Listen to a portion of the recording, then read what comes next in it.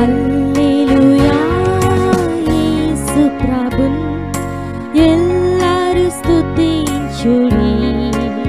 Praise the lord. దేవునికి స్తోత్రము కలుగును గాక. దైవ గ్రంథం బైబిల్ నుండి సామెతలు 15వ అధ్యాయము 7వ వచనాన్ని చదువుతున్నాం. జ్ఞానుల పెదవులు తెలివిని వెదజలను, బుద్ధిహీనుల మనస్సు స్థిరమైనది కాదు.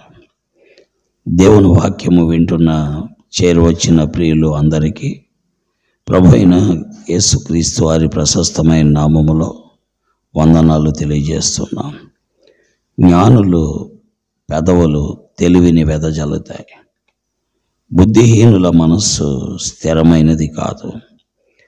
దేవుని వాక్యములో ప్రియులారా, జ్ఞానము రెండు రకాలు. భూ సంబంధమైనది, దైవ సంబంధమైనది. అలాగే తెలివి కూడా రెండు రకాలు. భూ సంబంధమైన తెలివి, దైవాత్మను గూర్చిన తెలివి. కాబట్టి భూ సంబంధమైన జ్ఞానము భూ సంబంధమైన తెలివిని ఇస్తుంది. ఆత్మ సంబంధమైన జ్ఞానము లేక దైవ సంబంధమైన జ్ఞానము దైవ సంబంధమైన తెలివినిస్తుంది. దైవ సంబంధమైన జ్ఞానము కావాలి అంటే దేవుని దగ్గరికి రావాలి.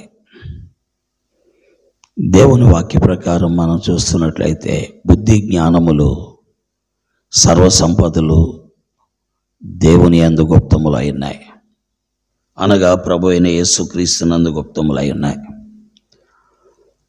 ఆ క్రీస్తునందు భయభక్తులు కలిగి ఉండుటే జ్ఞానము,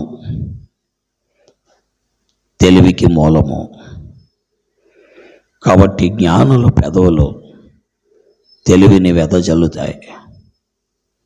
మానవ లోకములో జీవిస్తున్న మనుషులకు దైవ జ్ఞానము దేవుని గుర్చిన తెలివిని వెదజల్లుతుంది. ఒకవేళ బుద్ధిహీనుడు ఉంటే గనక వాడి మనస్సు స్థిరంగా ఉండదు.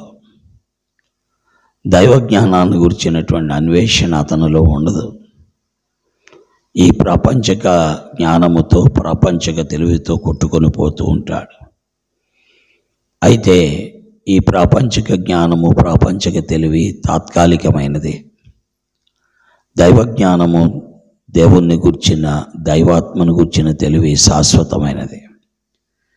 కాబట్టి దేవుని వాక్యం వింటున్న ప్రియులారా, ఏమి కావాలో మనము కోరుకోవాలి. తద్వారా మనము దీవించబడతాం, శాశ్వతమైన జీవితంలో ఉండే ఆనందాన్ని పొందుతాం. దేవుడి మాటలు దీవించుగాక.